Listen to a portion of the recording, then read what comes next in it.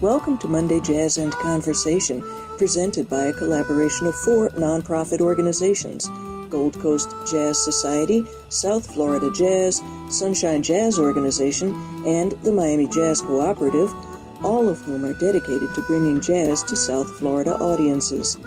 Each Monday, Wendy Peterson and Nick Yorda feature the music and talk to the country's most talented and interesting jazz musicians. So we welcome Ira from his home in Miami to celebrate his 89th birthday with us online. Hello, Ira Sullivan! Happy birthday! Hey, hello. Ladies and gentlemen, the amazing Nicole Henry. Woo! Hello. So, ladies and gentlemen, please welcome John Fedchuk to the hang. Hi, everybody. Great to be here.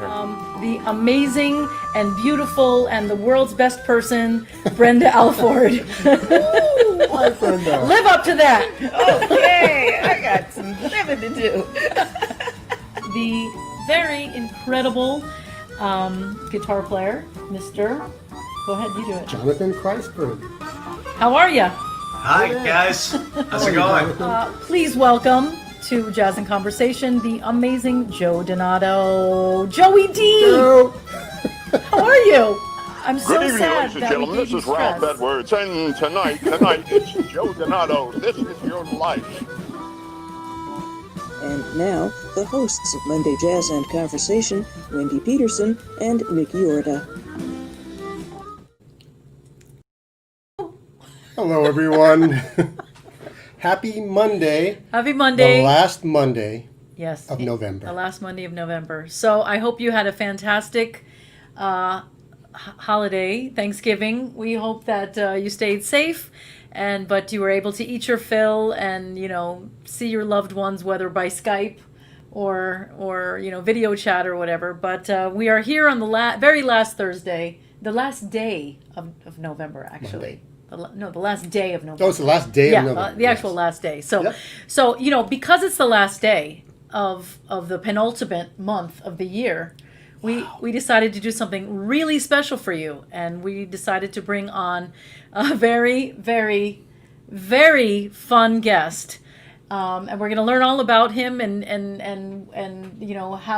how this very tall German got this very small instrument, but first we're going to hear a little bit. Also, we wanted to tell you that you've been listening to him every week because he is the theme song of our show. Right, yeah, when Tracy Fields is talking, that background music is Hendrik Meurkens. Yeah, his composition and his harmonica playing.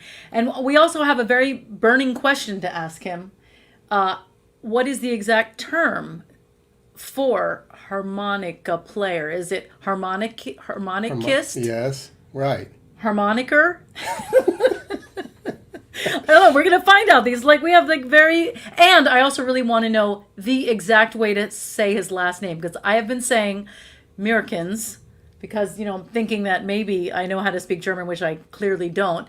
But he has, on previous shows, says Meurkens. So I do want to find out if he's just dumbing it down for us, Look at all these things that our audience has to look forward to. so let's get right in. We're going to listen to him playing, and then we're going to talk to him.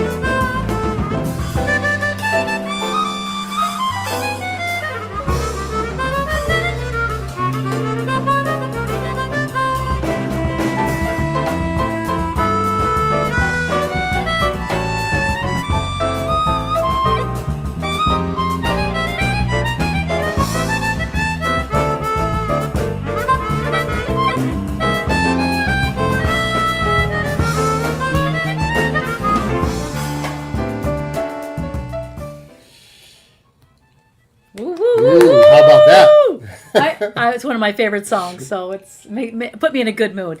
Anyway, please welcome the amazing, well, clearly Dr. Von Meurkens. Dr. Hendrik von Meurkens III. Wow, I didn't realize we were going to get the real name. How you doing? Oh, did we just have him? Well, either he's really good at keeping still, or he might have frozen. Yeah, we were worried because have trouble hearing you guys. Okay, and you're kind of freezing up with us for now, also. Yeah, I would say log off, log back on, and we'll listen to another Hendrik von Meurkens III song. Just log right back on in. But that's what he looks like, ladies and gentlemen. Yeah, I was worried about the internet tonight because I know he's in New York, and I knew they had a huge storm today, a big snowstorm. Yeah. Well, I don't know how much snow they got, but anyway, they had a storm, and I was wondering if it would affect the internet at all. And as you know, we are at the mercy of the internet gods. Yes, we are. So if anybody wants to say a little prayer or or do a little dance. Well, let's see if we have him back here. Let's see if it's good connection. If not, we'll go to a song. Yeah. And fingers crossed. Fingers crossed. No fingers crossed. Yeah. All right. We'll figure this out. We'll play another song. What are we going to listen to? We're going to listen to a recording of his, of My Foolish Heart. Oh, what a great song.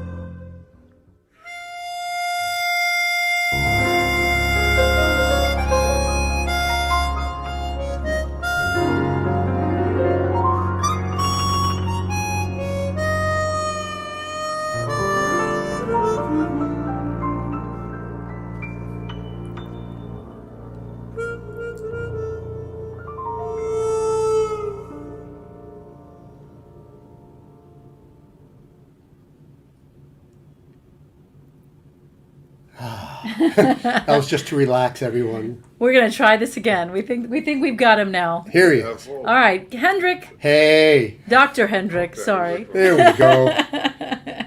We finally have you. Welcome. I've been under my How have you table been? trying to fix the internet, and I have no explanation what this is. I am a misunderstood genius in music, but I do not understand how to plug in a device. So it might happen again. I don't know. It's also raining in New York, and that, you know how that is. That Right. Everything, you know, you can't get a cab, you can't get internet connection, can't get a gig. So far, so good. Well, so far so good. Well, just in case Yeah. it goes off, can you sum up your life in a minute? Well, no. First, let's can we show a picture? We always like to show the picture of the young, the little, the kinder. Yes, if you saw Hendrik's post, this was gathered from the dark net. Yes. Oh, Let me just say, you've got some legs there. I don't know what. I hope you're not hiding them. That's Yeah, seriously yeah. transgender there. Jesus Christ. Damn. What did my mother do to me? Jesus. Now, how old would you have been there? I don't know. What do you think? 8, 6, I don't know. 10? And you were like, what, 5'10" at that point? Yeah, no, same size. I was born like this. My poor mother. Oh my Yeah, goodness. lovely. Well, I'm glad we were able to, bribe enough people to get that picture to us. Yes. And when did you show an interest in music? Well, I had piano lessons as you do as a kid, without much interest, and that didn't do much. But as an early teen, I found, I think, my first jazz album, and then one thing led to another. I think as an early teen, yes. And then, of course, I regretted that I didn't stay on the piano, Like we all do. like we all do, listen to your parents, and then they're right, and that sucks. But yeah, no, as an early teen, I started my journey, and then I'm basically self-taught, actually, on both of these instruments. Really? What do you mean when you say both of these instruments? Because we know you as a harmonicist. I also harmonica player is better. Don't harmonica. No, don't. Is there any other word? There is none, right? There are words that we don't want to use here. Okay. I'm a little bit partial to harmonica. Yeah. Well, here we go.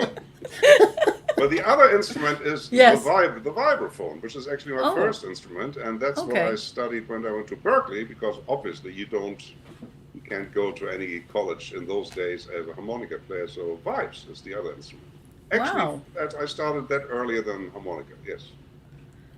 So how long were you on the vibes before you went to harmonica, and how did that even come about?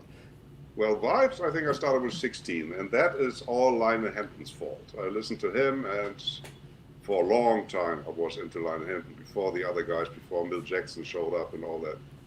And on harmonica, it was Toots, obviously. Yeah. Yeah. Harmonica, there is no question. That was Toots, and I was 19 when that happened, and yeah. But on vibes, I actually had some lessons because it's vibes. You find vibes teachers. Harmonica, no, nothing, zero. Right. Self-taught all the way. Isn't it's so interesting? You just listened and fooled around with it until you figured out. Yeah, I mean That must have been a music- lot of work. Yeah, but I also found that when I met other harmonica players, or even when I try to teach other harmonica players, it's a lonesome breed. It seems like they all figured out themselves, and they don't want people to tell them anything. It seems like a loner's instrument. I don't know why that is. Right. Maybe because you never actually start with lessons, so you're never used to lessons, and you don't Right. really want lessons, I guess. Yeah. Well, it must have been a real great thrill for your parents to have to buy you vibraphones only to find out that you were going to do harmonica later.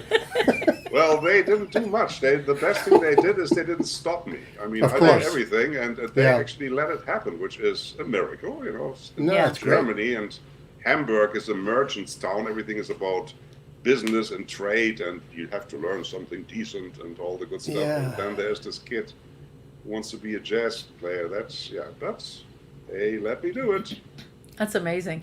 And the interesting thing too is you are such a funny and outgoing guy, and there's something about the harmonica though that is so plaintive and sad and mournful. Yes. Even in the happiest songs, it sounds so human and crying. Absolutely. Yeah, I know. So I know. it's kind of funny that's the instrument that maybe that's just where you get out all your sadness or something. And I don't know what the connection between the two is, but the harmonica is definitely seriously melancholic. I mean, you can't help it, you know. You can't help it. And that's all really Toots' fault, you know. I've never heard it that strong with any other player. Even great players like Stevie Wonder, they all have something really nice and really personal, really strong, but that tier thing there, that is Toots Thielemans, and he just found it. And you know what's funny is the first time I think I ever became aware of Toots was when I was in high school. I became obsessed with a Michael Franks album.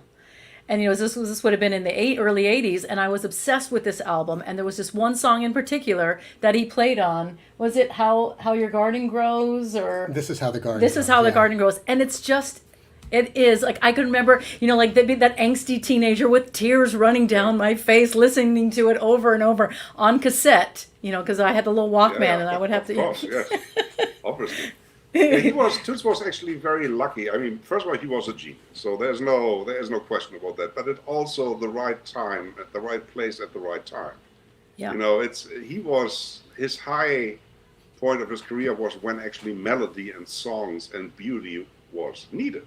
Right. I mean, today, if somebody wants to start on harmonica and play a beautiful solo, behind what? I mean, on TikTok for 20 seconds, it's not.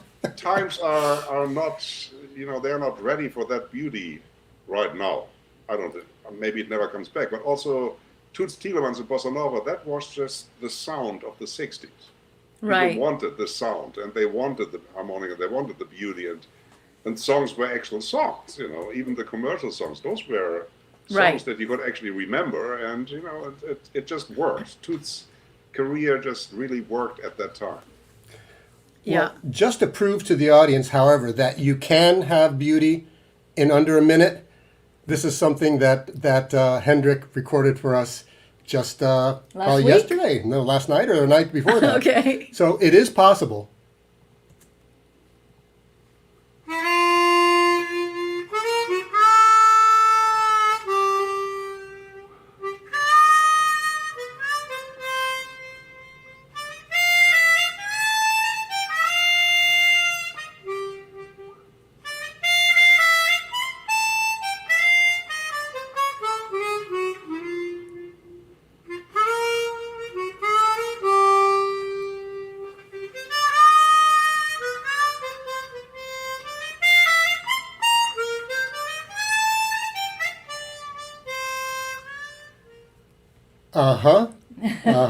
Who's TikTok ready? You are. Well, that's too long for TikTok. That is too long. The attention span of our kids is like 20 seconds or something, and that is already taking chances. Yes. Yeah. So when you got the harmonica, how does one even go about that? I know absolutely nothing about the instrument, the chromatic, harmonica. Did you just sort of, first of all, how did you find one? Did you pick it up, and then was it just experimentation from the get-go? Well, I mean, what would you do? I mean, you hear Toots Thielemans' album, so you look for a music store, and there's the harmonica. Then, you look at the record covers. How does that thing look that he's playing? Does it have a button? Oh, it has a button. So that's what they call a chromatic. So you go in a store, and then they have different chromatics. One is a little longer than the other, and the long one doesn't look like Toots's. The smaller one, that's the one. That's the 3-octave. That's Toots played. So I bought that thing, and then if you're lucky, they have a method book, which tells you where the notes are. Right. And which you did not. No, I found that's Eventually. easy. You find the notes, but you still have to, learn it. But everything else is, it's like Columbus, looking for India or whatever. You have to figure it out. So how long were you experimenting before you felt like you were getting a handle on it? Yeah, but that never happens. Forget about that. You're still working on it? Obviously. I mean, that, as you know, course, that never happens. But it's I don't know. When did you feel you were able to go out and play a gig? Or show your face? Or when did you know? When did it kind of like hook you? Like you experiment with it and you were experimenting with it, but there was a point that you were just like, yes, this feels. Although the hooking thing was very, very fast. It was pretty much clear that there was no way out. Okay. And funny enough, when I listen to really early recordings of myself, it's not that different. It seems like, weirdly enough, you find something that you are, or that sounds like you pretty early, and then it gets better, or you polish it, or you get more secure about it, or I don't know what, or you get more experience, but very early Meurkens doesn't sound that different. So I guess pretty soon there was something there, and not that I liked it or that anybody else liked it, but it kind of was there, I think, at a certain level pretty early on, and then the rest was trying to, I don't know, polish it, I guess. And do you ever mock other musicians when they're packing up all of their gear? And you're like, yeah, well. You stick yours in the pocket and walk away? I can't go there because then I play vibes, and then I'm the one, so I do that. No. So generally on your gigs now, I mean, because I guess when I've seen you live so far, it's been more of as a guest and different things like that. You will play both on the gigs. No, I definitely play much more harmonica. I am a harmonica player. The Vibes is a double, and it's a leftover from the early days. Also, the Vibes is almost like a seasonal instrument. If there's something where I need the Vibes, then I practice it, and then I get in shape. But It's not that, I just, anytime I grab the mallets and sound great. It's just more like, if there's a project that needs it, then I get back to it. But I'm definitely a harmonica player. Also, as you know, I mean, if I come to Miami, where's the Vibes? Right. I mean, I'm not going to bring my own Vibes in the airplane. Yeah. So you have to rent the Vibes or find somebody who's nice enough to give it to me. That's a lot of schlep. Every club has a piano, or every club has a bass amp or a drum set, but not Vibes. So it's just a matter of infrastructure, pretty much. But even then, even if there would be Vibes in every place, I'm definitely a harmonica player. Definitely. And what other musicians influenced you growing up? Well, the only guy who had any influence for me on harmonica is Toots, and that's it. I mean, that's the end of the story.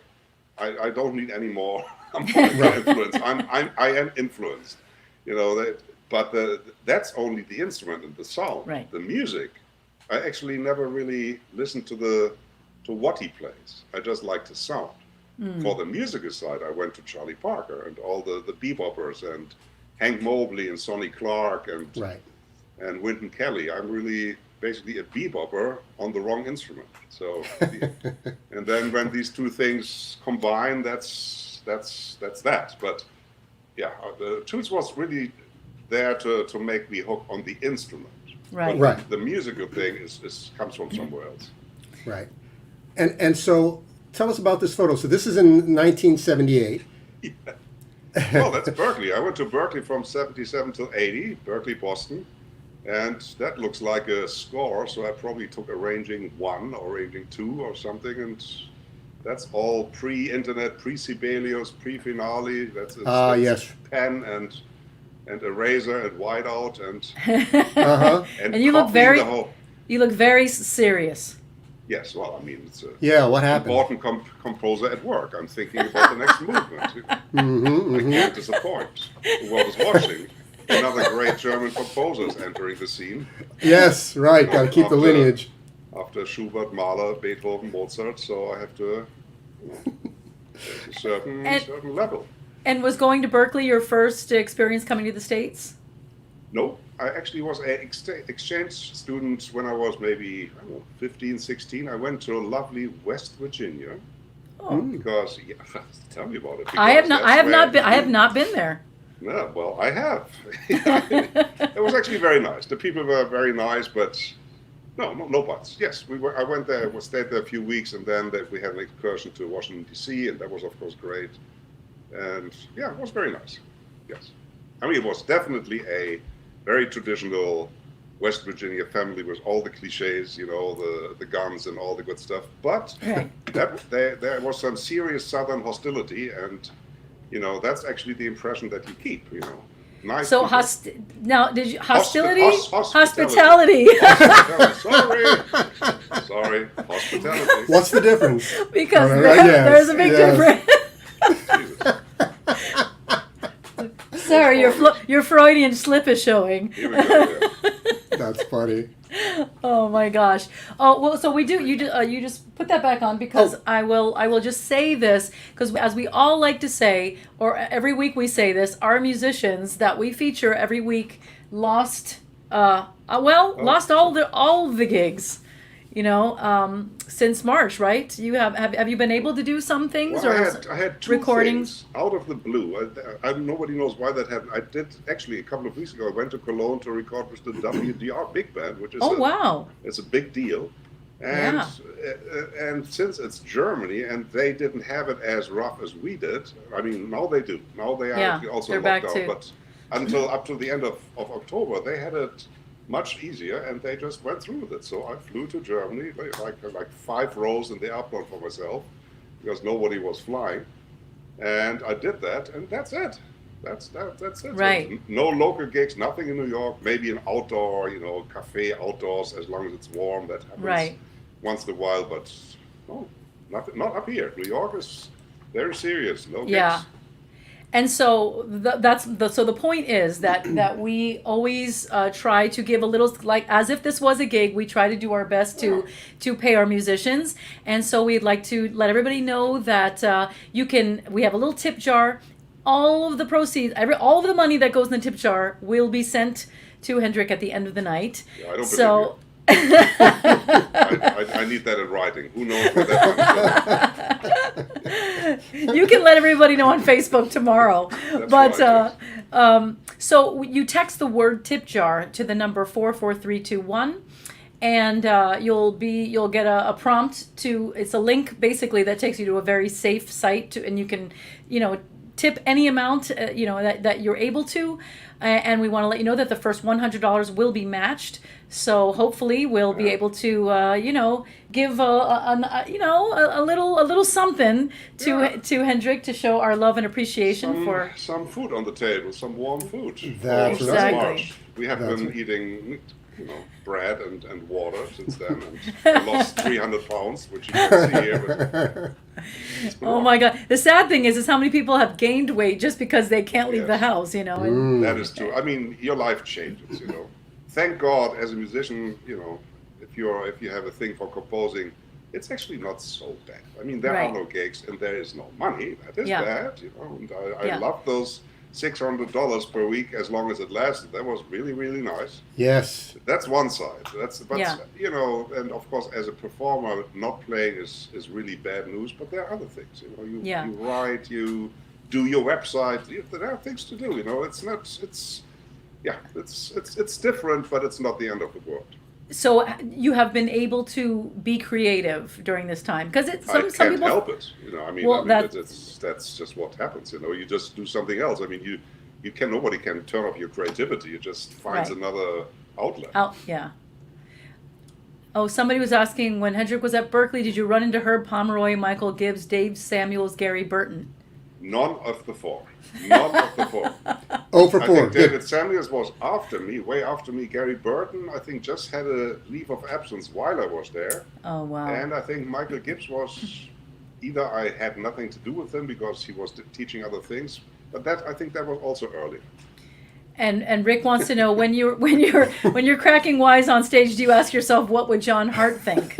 Yes, I mean this is since I saw John Hart in the audience first row when I made one of my best jokes and he was just stone faced. I understood this is tough. I mean comedian this is tough. Boy, this is a tough crowd. This is tough. You gotta better your act. And every night I wake up wet and sweat. See his face. I actually have a little altar here with John's face and a little guitar. And every day I practice in front of the altar, and it's terrible. Yeah. Well, we'll see what happens next time he's in the audience.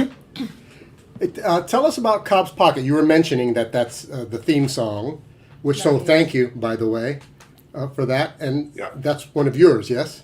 That's one of mine. That's the last album I did with Jimmy Cobb. We recorded that in 2018, I think. It came out last year. And I wrote that song for him, and I love Jimmy Cobb. He's gone now, but he made it to 90-something, I don't know what, 92. Amazing. And he was something, man. Besides that great swing he has, he was always cool and nice and welcoming and in a good mood. Yeah. So yeah, that was he means a lot to me. Well, we have an excerpt of you playing that live.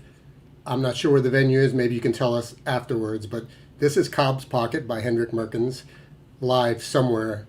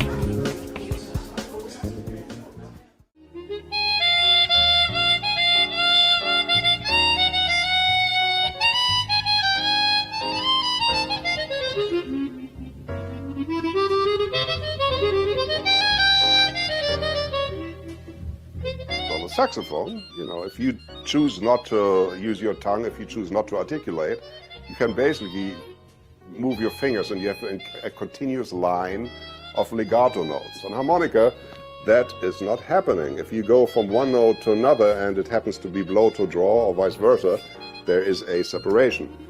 And you have to overcome that. You use your mouth chamber to cover up the in and out switch. I will try to make the notes as connect as possible, especially between the ins and outs.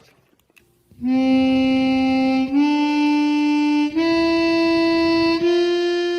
me, the hardest thing is medium swing. That's where you can really hear the problem.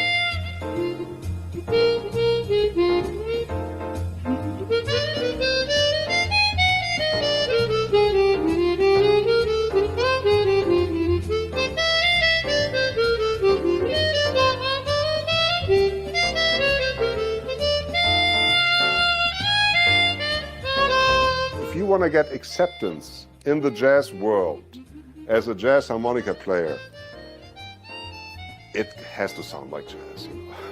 The harmonica always has the miscellaneous instrument bonus. They say, oh, it sounds good because it's a harmonica. Yeah, it sounds good. You know, it's a novelty thing, but that doesn't survive very long because novelty wears off. You know, the guy with the two hats or whatever, you look at it once and then whatever, but you don't have to look at it another time.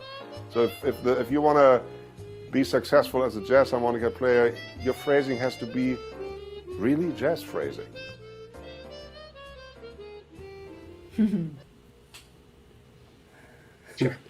Oh, yeah. That's how it is. Yeah, that's it in a nutshell. Now go out and play like him. It's, That's so interesting that, you know, because, you know, probably most people don't realize how harmonicas are constructed. So the idea that the exhale is one note, it. the inhale is another. So you have to really constantly be, you know, it is. I think you it's can do a lot it's of things on harmonica. pretty amazing. A lot of things sound good and some things sounds great, but jazz phrasing happens to be the hardest thing. I mean, swing phrasing. Actually, the Right. interesting is we are talking about swing phrasing in mainstream jazz, but jazz has evolved. You know, now we are talking about world music, and it moved away from the jazz triplet motto, right. all the good stuff, and that is easier on the harmonica. Harmonica in many more circumstances these days. You know, in the old days it was all it was toots and that's it, and you know, playing pretty much jazz, real traditional jazz, what I call Right. jazz. And as jazz evolves and takes in more influences and moves away from the triplet feel to straight eights, and then this whole legato thing is not as crucial anymore. And all of a sudden, Right. the harmonica sounds more appropriate and is actually more easier to incorporate. You know, one of the things that we noticed when we were listening and, you know, trying to pick out videos and stuff is how many, you know, Brazilian and sambas and things like that. So is samba easier than the jazz swing feel, or? Well, first of all, I just like the music. I mean, Yeah. even if I wouldn't play harmonica, Brazilian music is important to me. So that So is good. outside of the harmonica. But harmonica is actually a perfect match for Brazilian music. It just happens, like acoustic guitar or flute. You know, Right, or right. some instruments are just great for Brazilian music. Harmonica just works in that style. Yeah. And Brazil also happens to have a lot of harmonica players because, I don't know, it works. It's also Yeah. cheap. You don't find, that's a point, man. Yeah, yeah. You wonder why you never find vibraphone And players portable. yeah, I mean, because there's no vibes in bossa nova because they probably didn't have any vibraphones in Rio back in the day. You know, there was Right. maybe the symphony orchestra had one or the conservatory had one or something like that, but that wasn't really a people's instrument. Yeah. And harmonica is a people's instrument, so it's easy to get, and if you're good enough, then here we go. Yeah. So looking at some of your pictures, there's probably a story here. I like it just because clearly the bass player was causing problems. Oh, come on, man. Bass player, Jesus Christ. Oops, he's not showing up tonight. Actually, that bass player that is crossed out lives in Boca Raton. Bob O'Brien, yes, and he's something else now. He's I think a banker, but he is a bass player back in the day. We played together. He's crossed out because he probably had another gig and somebody else played in there. That is my band from my Berkeley days, the Back Bay Boppers.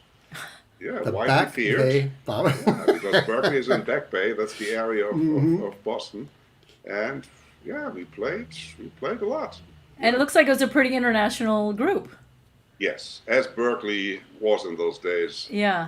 Arling Aksdal is from Norway. Jørgen Nash is also from Norway. And it looks like the sub was Mark Henry. Is that what I'm reading? Mark on Henry, bass? yes, Yes. he's an American guy. And then Ralph Moore is the Ralph Moore from the Tonight Show band. That is, Oh, wow. Wow. the famous Ralph Moore. Yep. Now here we have a couple of pics of you in the 80s in Hamburg. Looking very, Oh, yeah, no. It's, what a that's- man. Jesus Right? Christ. That's Hollywood calling. It is. Oy. But you don't want to get a reputation for just being serious, so you No. flash the pearly whites. That's my boyish charm, unbelievable. Wow. But if you play harmonica, which you guys don't, but somebody else might, that is one of the larger harmonicas. This is what I'm holding there as a 4-octave harmonica. And then shortly after that, I abandoned that, and for the rest of my career, I stayed with the 3-octave harmonica. That's just interesting. In fact, that is one of the last times I played that thing. So is your theory that bigger is not always better? It depends. That's another show. Another show.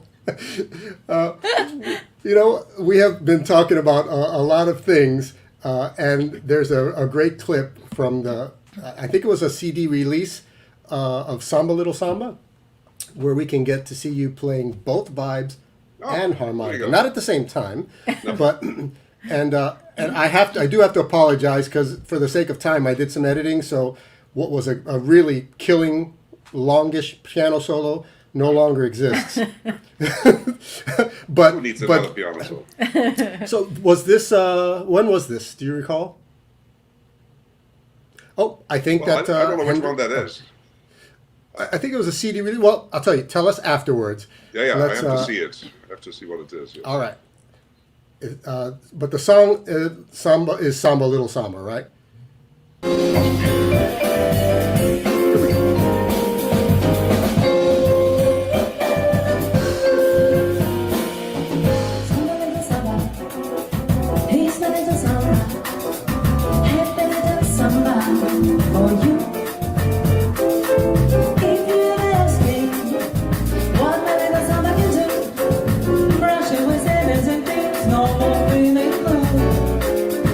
Listen to my samba, samba.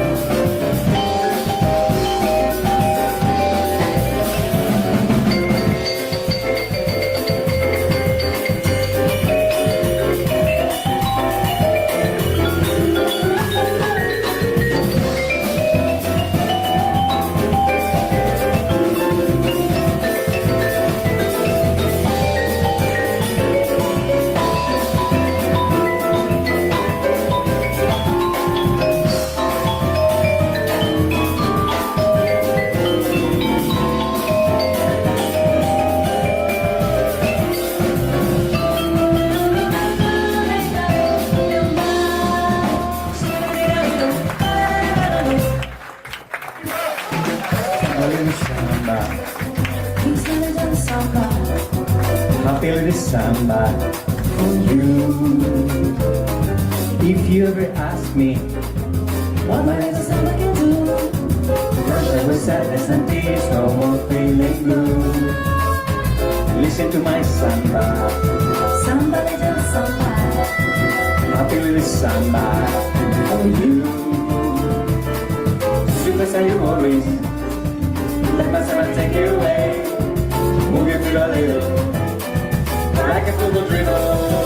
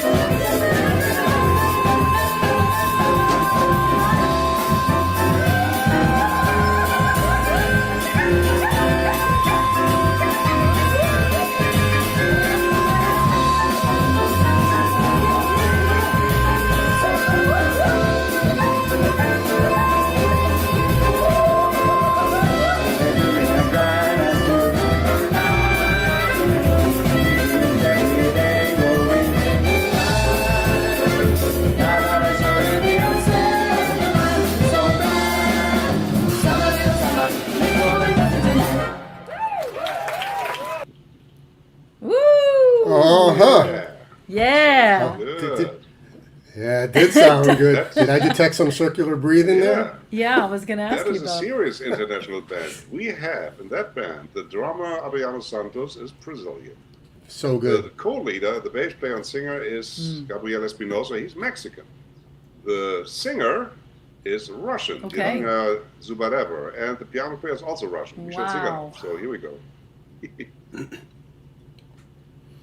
They are killing Wow, it, yeah. man, they're killing it. You were Yeah. all killing it. Yeah, man. And now you that I sound hear great that, on that wasn't vibes. So bad, man. I just kind of get inspired to play that thing again. But vibes is weird. Do you really? Are you really that critical? Like, do you? It's a matter Does of it not surprise you to being- go back and not think, doing oh, it. It's I weird. could not do that? bad. Every instrument is different. Harmonica is something, if I practice a lot, which I do because I need to, it's hard, I can always maintain a certain level. I know when I'm good and I know when I shouldn't play. Vibes is resistant to practice. I don't know why that is. On vibes, I actually have to play gigs.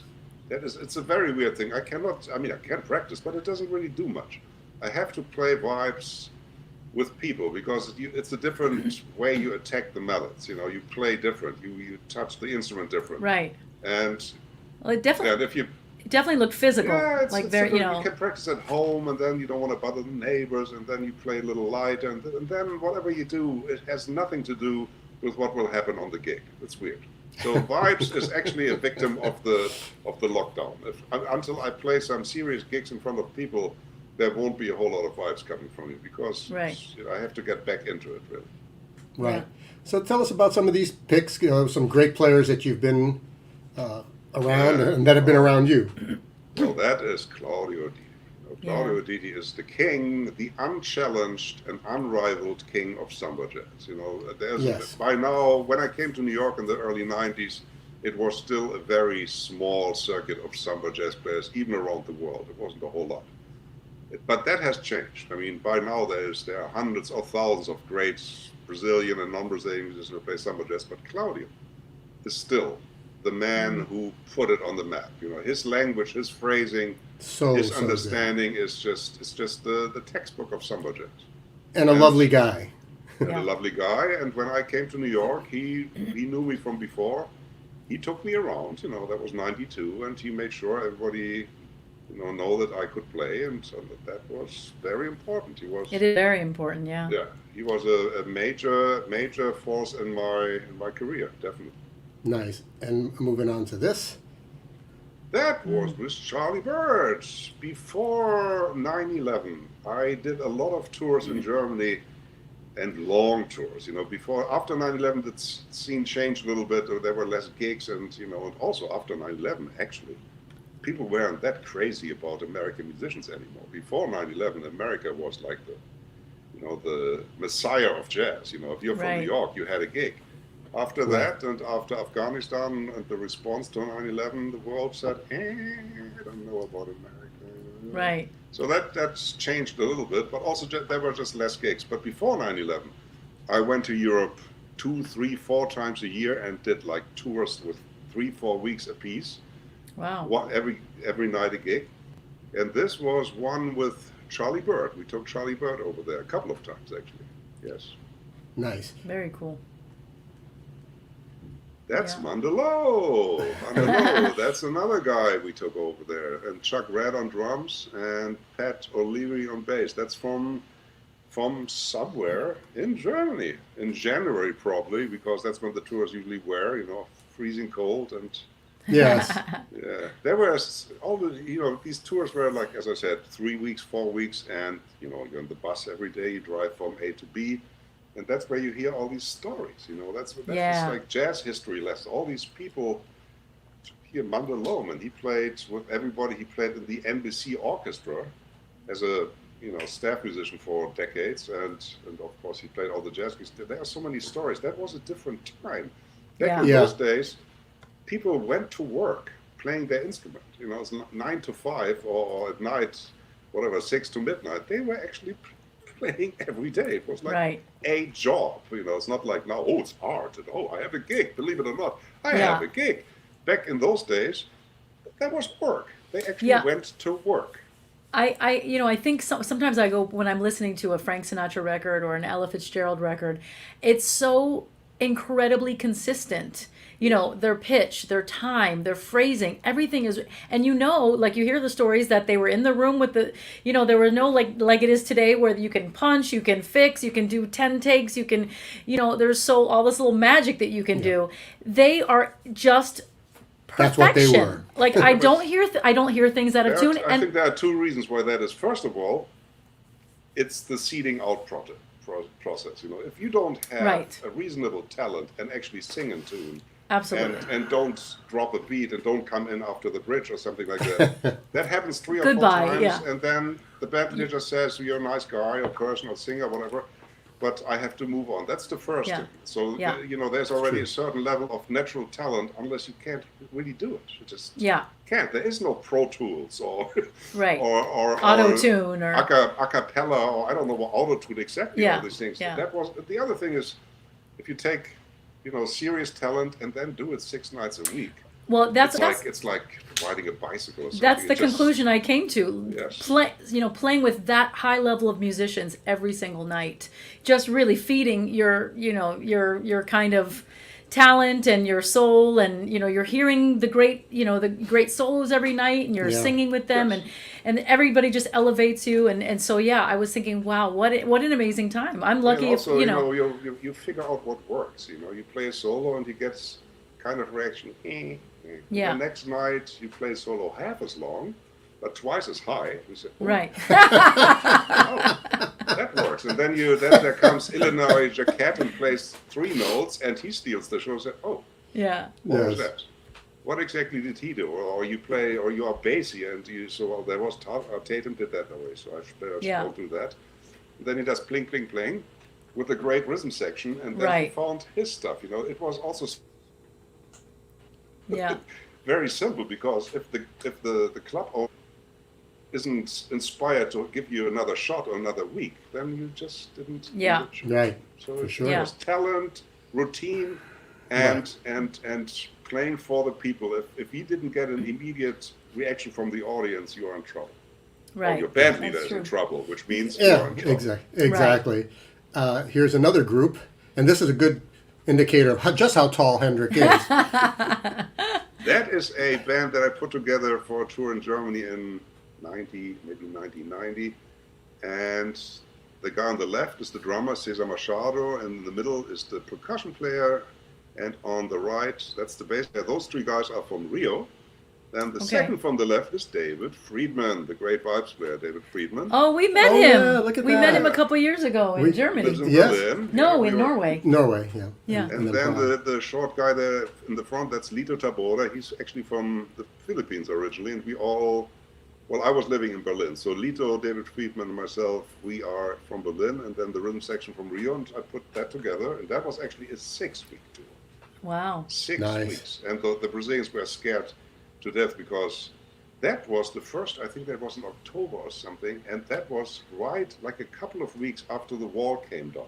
Oh, Oh, wow. wow. The Berlin Wall. That was Yeah. 1990 or something. And we actually drove through what was former East Germany. And it wasn't former. It was still completely East Germany. You know, gray and no smiles and the wrong cars and the wrong clothes. And the Brazilians just thought they are on Mars. So I had to, Yeah, yeah. to bribe them with alcohol so that they survived.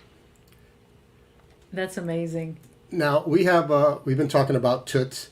Oh, and interestingly enough, did you come upon the Brazilian thing in your youth, or was the sort of Brazil project a thing that put that on your radar? I know those Jazz and albums were Brazilian ridiculous. music kind of surfaced at the same time. Stan, yeah. I just liked that before even the Yeah. instruments came into the picture. I just liked those two styles. And Yeah. the Brazil project, yeah, that was happening when I actually already was in New York.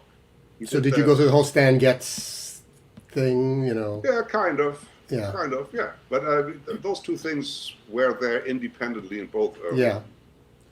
Cool. Well, there's a great clip, a tribute to Toots that you did in Punta del Este. Yeah. And, you know, Toots' famous song, of course, is Bluesette. Yeah. And so this is the two of you playing that song together. So let's give that No, a not the listen. two of you. That's me with Paquito. You and Paquito. Paquito de Rivera. Yeah. That is, yes.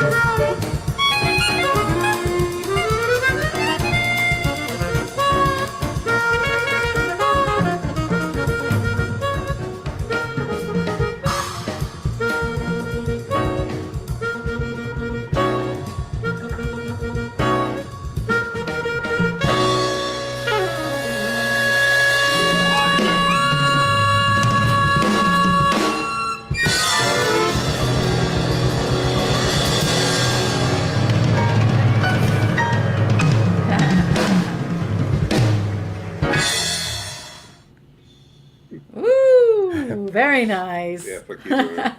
Excellent. You know, I saw him. He was doing a whole lot of dancing during that Paquito video. is not a sad person. No, he's not. Good way to put it. But you know, so you know, most of the Brazilian shows that I've seen, you know, at some point everybody gets in the middle of the stage and Yeah. dances samba. So my question to you is, does that ever happen with you? No, it never happened. Okay. You don't show off your samba No. to chops. The German genes prohibit that. They fight. The Brazilian genes and the German genes win. And you There's don't no mean blue. dancing. You don't mean blue jeans. Blue genes, yes. Brown genes. Oh, Oh. Well, maybe one day we'll see that.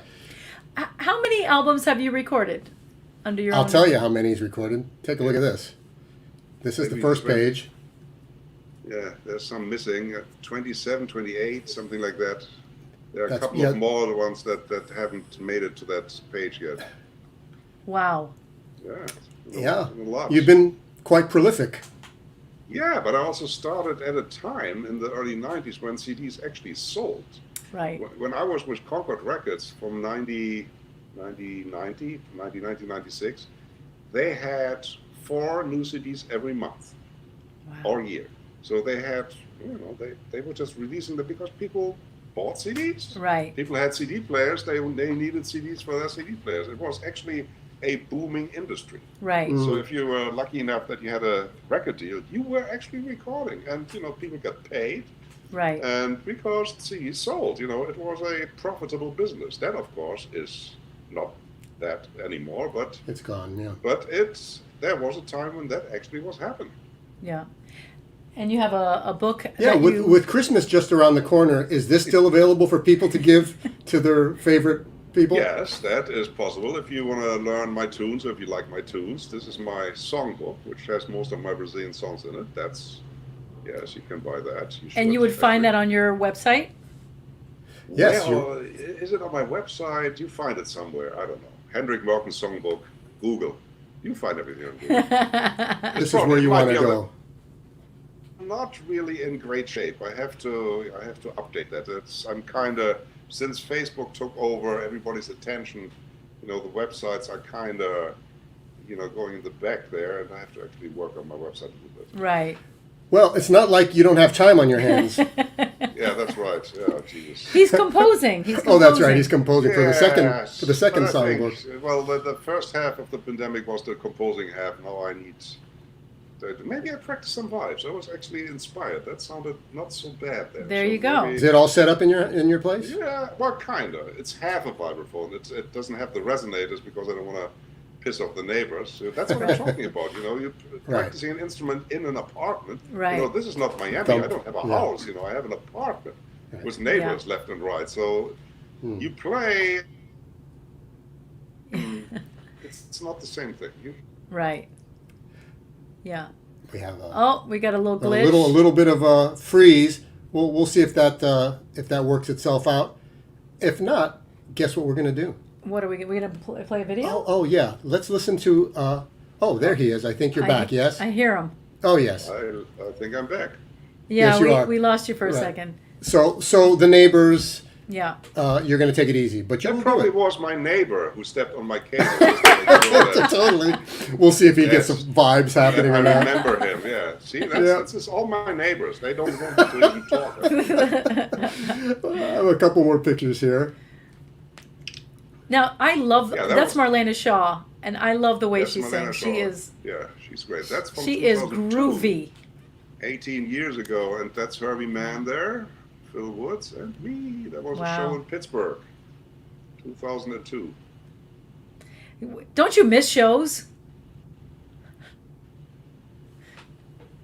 Oh, he might have got stuck I again. wasn't. Oh, Yeah.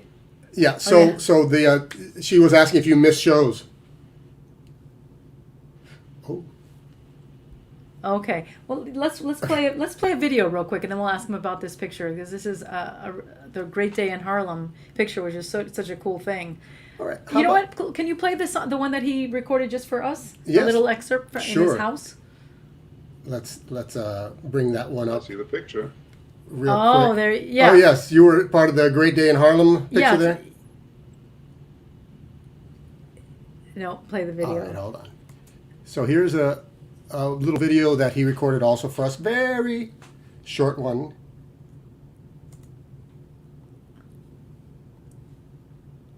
I will get this momentarily. Don't you worry.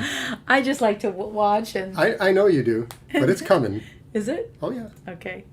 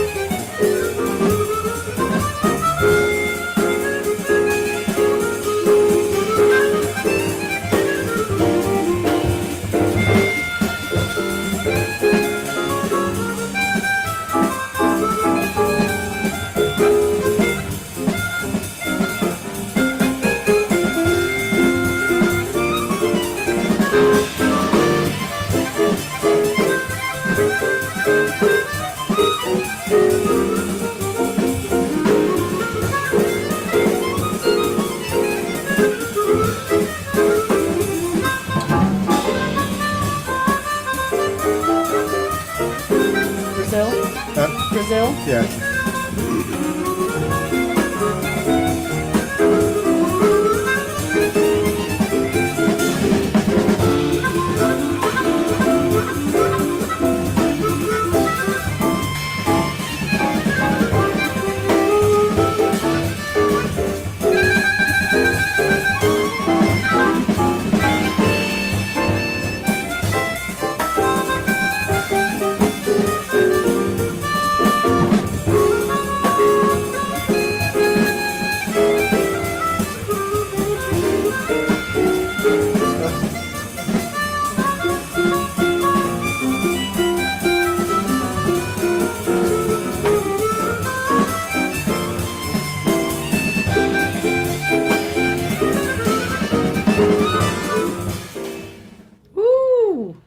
is Oh, so yeah. burning. Yeah. That was I good. find myself out of breath after some of those bebop lines. That was from Smalls here in New York. It's the good old Yeah. days when they had 3 shows a night. No kidding. And people could be crowded in at a small club with very little air flow. I mean, I have no idea how this is going to end, but I mean, a jazz club with 15 people in the audience, 6 feet apart. It's Yeah. But it is what it is. What can Yeah. we do? But Jesus Christ, it's hard Yeah. to imagine It's going to how be. this is going to come out of. Yeah. Hopefully, by this time next year, that will be a thing of the past. I'm probably earlier. I'm hoping. I'm betting on I the guess- summer, and If the vaccine is effective, we should. yeah. Well, we should then know. it takes a while for people to regain course. confidence, Of and course. Right. that's the other thing. They have to unlearn what they were told Yeah, Yeah. yeah, for a exactly. year. So, but Yeah. I mean, jazz is a live music. All these internet, You can't keep it. You can't keep it down. It has to be in front of people. That's It the really whole idea does. of it, yes. Yeah, that's been the toughest thing, I think. We try to keep the music going on this internet show on Monday nights, but really the whole energy of being in front of an audience and getting that feedback, and it really is. Yes, I mean, they're all different, all the art forms. I mean, movies, okay, there's Netflix, that kind of seems to work. Sure. Yeah, That's, and yeah, maybe even classical music in a way work. Or, yeah. Yeah, that is kind of weird. Yeah. So we were going to talk about this the Great day in Great Harlem. Day in Harlem picture. Yeah, I mean, the classic one, I don't know when that was done, like 1950 something, Yeah. I guess. And that was this classic thing with Mary Lou Williams and everybody, Count Basie. And then Everybody. I think Time magazine, who might have done the original too, or maybe not. They did a new one in maybe 94 or 95, something around that time. And somebody called me to be in it, so I'm there in the middle of all the people. It's fantastic. That is so cool. Yeah, that was quite And- an honor, yeah, of course. Yeah, that was great. Yeah. Yeah. And we lost. But listen, we're doing what we can. Like you said, it is what it is. And I actually have been happy that we've done as well as we have with the Yeah. internet, even though He had mentioned Jimmy Cobb. I thought we should show this picture as well, since There we he didn't is. show it when you were talking about Jimmy. Yeah, he had a gig at the Jazz Standard. That's very recent. That's maybe a couple of years ago. He had a gig and I came down to say hi. And yeah, I mean, that is one of the great honors of my life, to have, to know the guy and been able to play with him, and he treated me like a mensch, and that was really important. that's great. And what is this picture all about here? The what? This photo here, it says China, God's calling. Oh, yeah. That is a show in China maybe a couple of years ago, and for some reason, that's how they put the cameras, and the photographer took that light. It looks like God is saying, and you need to play vibraphone or something like that. Okay. I should look at that more often, yeah. Oh my God! That When gets were me you to play there? vibraphone, yeah. That When was were you in a couple China? of years ago? Not too long ago. A couple of years ago, yeah. I mean, I was in Wow. China several times, but this is relatively recent, maybe 2018. Amazing. So did you go with your own group, or were you just sort of a guest solo artist? Definitely a guest. The group is harder to. That's a big budget thing. Usually they invite you as a guest, and then you play with people from there, or they put things together, which is fine, because these days there are great musicians all over the place, all over the world. That wasn't necessarily the case like 20, 30 years ago. It was still hard to find great rhythm sections in different corners of the world, but not anymore. There are definitely great players everywhere. Yeah. They come to usually they come to one of these colleges, even in America, and study and go home and spread the news. So it's becoming a world music. Yeah, and education is like there used to be just a handful of schools that you could go to, and now there's so many, great schools and programs that you can go to, which is wonderful.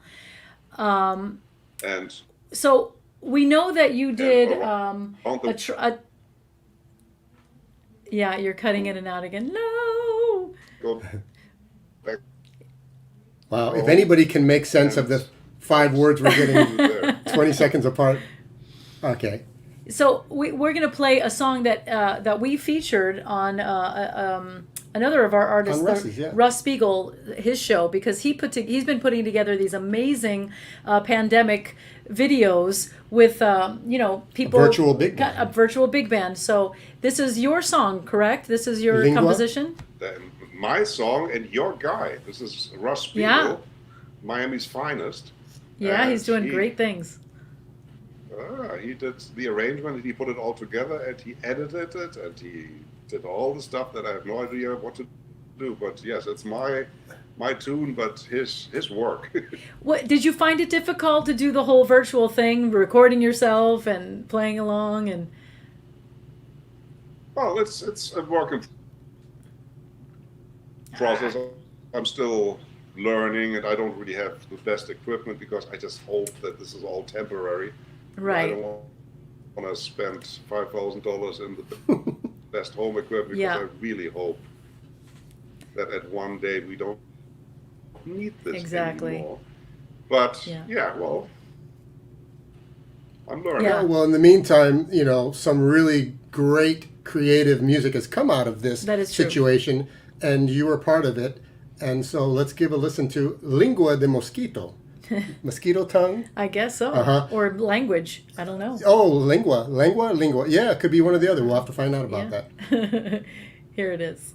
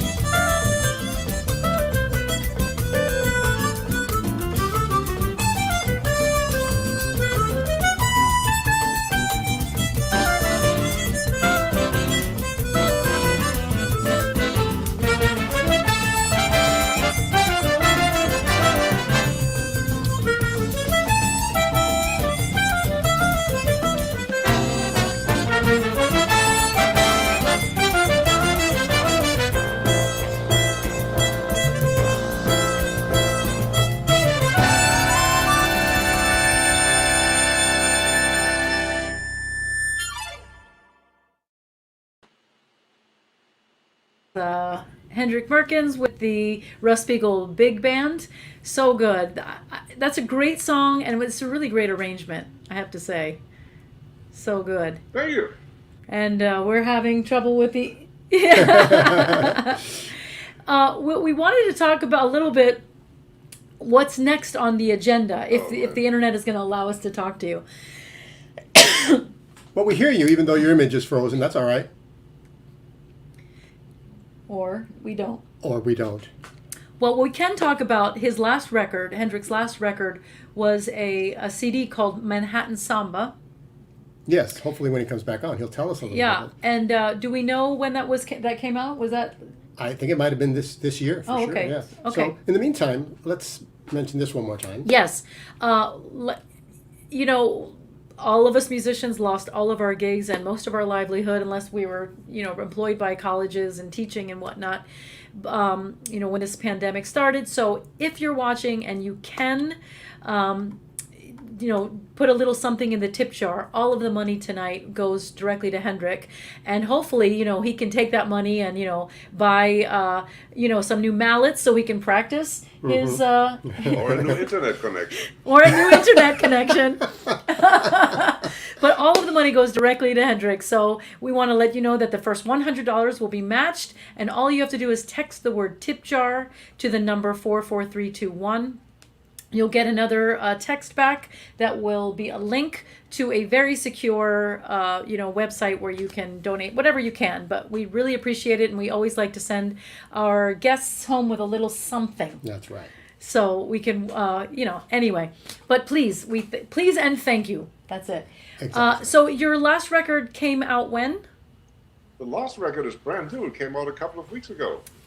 So there you go. Yeah. When did you record it? Was it last year? No, actually it is an old recording, and since I had nothing to do in this lovely pandemic, I kind of rediscovered it and finally, released it, because sometimes you do stuff and then you get busy and you never get to it. This is from a tour I did in Germany many years ago with that band, the Brazilians, there, Portinho, Elio Alves, and Gustavo Avalanche, and Fernando Huergo. And I finally had time to work on it and put it out. Great. So that is pre-pandemic swing there, yes. Wow. Well, look at that. Did we find the one thing we did not ask him, I think, and you talked about it up front, was the pronunciation of his name? The pronunciation of your name. Just think about America and drop the A. Meurkens.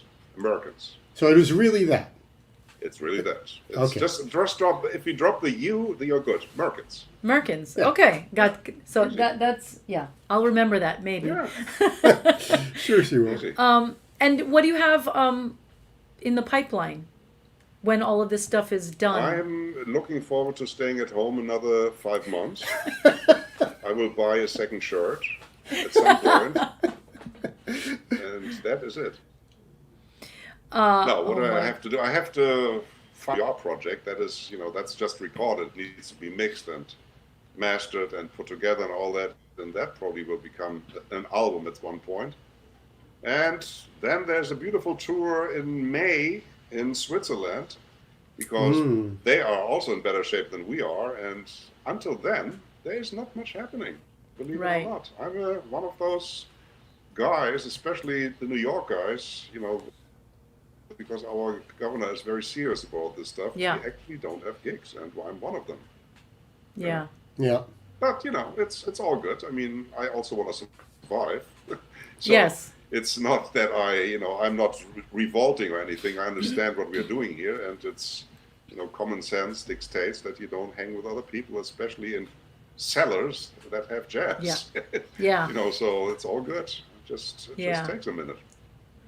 Well, we can't wait to hear what you have coming up post-pandemic, and we're going to take a listen to Manhattan Samba We'll take it out with that. from your brand new record. We'd like to thank you so much for joining us and hanging out with us. It's been a pleasure. My pleasure. And And it promise gives me a me. reason to finally buy an internet connection. There you go. Promise me that when this changes, you're gonna come play for us down in South Florida, and Oh, definitely. when we make it to New York, It's too bad that the open stage That was such a great club. You got to find something to make up for the open stage. Oh, There are a couple of we will. possibilities. We're working on it. Yeah, I'm sure. Yeah. I mean, Rick's on it. Rick is probably gonna Rick is gonna force somebody to put jazz in the club against their will. Exactly. Exactly. But when this is all over and I'm in New York, I would love to sit down and buy you a drink. Just Here we go. shoot the crap. Yeah. Yes. Sounds like a plan. Yeah. Or in Germany or Switzerland and Norway, wherever we happen to be in the same place. That's right. I like it. That's good. Sounds good. Yeah. Yes. Thanks again, Hendrik. Thank you so much, Hendrik Meurkens. Hendrik Meurkens. Good night. All right. Wow. Well, We made it through that. we did. We did. You I know, don't think either of us broke a sweat. Well, I think I have like some stains under my armpits. Oh my God. But anyway, Let's listen to that Manhattan Yes. Samba from his latest CD of the same name, and you could probably find that. I would think it's probably on his website. Let's show that one more time. Hendrik Meurkens. Meurkens.com. And there's all sorts of goodies there. And here's the song.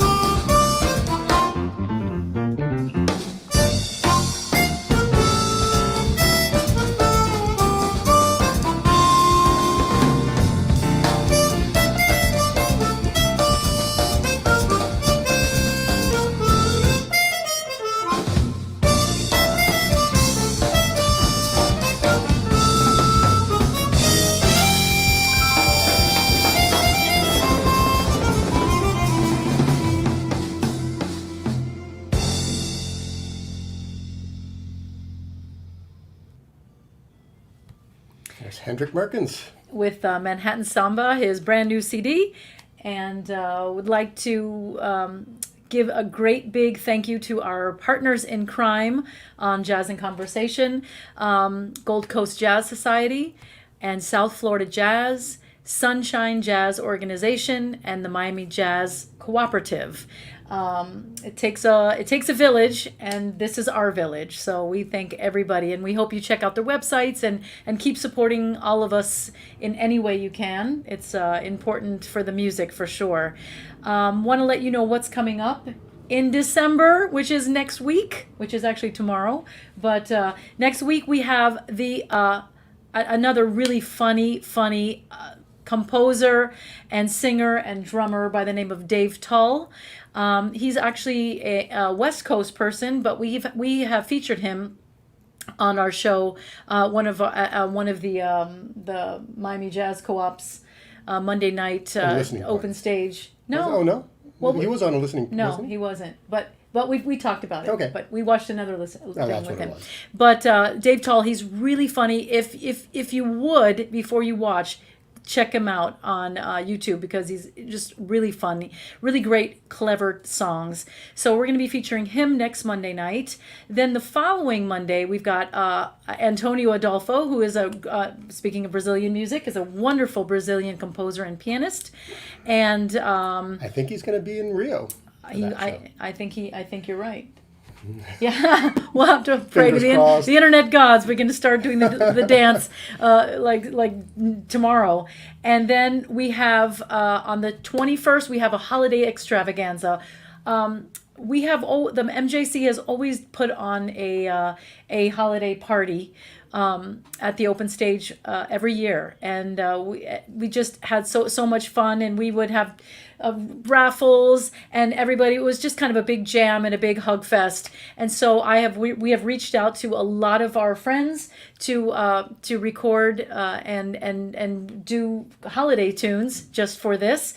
So we have Joe Donato, and we have Jesse Jones Jr., and we have Rick Creevy, and Lisanne Lyons, and Davison Dow, and it's all coming in. All the files are Max coming in. It's going to be Mike Levine, and so many. So it should be a lot of fun, and we'll have a special Santa Claus, I believe, is going to come visit us on the show. So that's going to be a lot of fun. And then our final Monday night is Eddie Balsola, and so that's going to be something really fun with his band Oriente, I believe. Yes. So so that's going to be a lot of fun, Latin jazz. Mm-hmm. And we thank you once again so much for watching and hanging in with us every Monday night, and we hope to see you here next week. Thank you.